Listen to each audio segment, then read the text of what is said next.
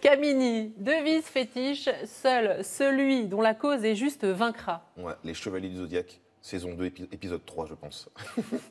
Et c'était déjà ça l'année dernière, Mais oui, car tu es déjà en venu fait, sur c'est une ce référence. plateau. Moi, ça a l'air Et- con comme ça, mais c'est un manga des années 80 où les mecs, à chaque fois, ils se battaient jusqu'au bout pour leur cause. Et ça m'a inspiré dans la vie. Ça a l'air tout con comme ça, mais c'est vrai. Toi, tu y penses quand tu fais des choses, et Voilà, tu tout vas à jusqu'au fait. bout. Voilà, aller jusqu'au bout, pas lâcher l'affaire, ne pas abandonner et croire en soi, c'est hyper important. Mais pas trop quand même, parce que tu dis quand même que tu es excessif. Voilà, il ne faut pas être non plus dans l'excès, avoir un peu de doute. Une part de doute, c'est une bonne chose, mais il ne faut pas laisser le doute envahir l'esprit et envahir la motivation. Voilà. Quand tu manges trop. Quand tu fais du sport, t'en fais trop. Je suis excessif sur, admettons, le chocolat. Je suis incapable de m'arrêter une fois que je commence. Donc c'est pour ça que j'ai décidé de ne plus en acheter. Et quand C'est j'en achète, excessif c'est aussi, vraiment. ça. Voilà. Non, mais ouais, mais j'ai pas le choix parce que je sais pas, j'ai pas de limite à ce niveau-là. On a tous nos petits secrets, nos petites addictions. Hein.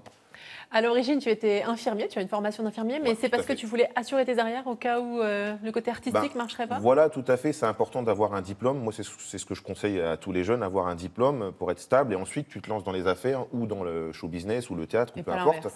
Et moi, j'ai fait le métier d'infirmier parce que j'aime beaucoup la médecine. Et mon père était médecin, donc j'ai baigné vraiment dans l'ambiance, voilà, études scientifiques, médicales, paramédicales. Donc ton père, c'est Yolo, qui est aussi ton modèle, dis-tu. Ah oui, c'est mon modèle. C'est lui qui m'a tout appris, qui m'a guidé dans la vie et qui m'a appris. Et c'est lui qui m'a formé, qui m'a forgé mon caractère et ma perception de l'existence. Et surtout rester humble et simple, peu importe la configuration médiatique ou autre. Tu en parles dans Bienvenue à Marly-Gaumont, super film, super audience, et puis tu as un projet de cinéma.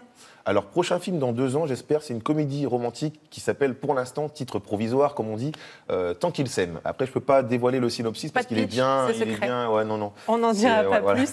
Et juste, tu dis que tu es dysmorphophobe. Tu Alors, souffres de dysmorphophobie. La dysmorphophobie, on dirait une émission scientifique. Tout à fait. La dysmorphophobie, c'est effectivement l'incapacité à la personne de se voir telle qu'elle est.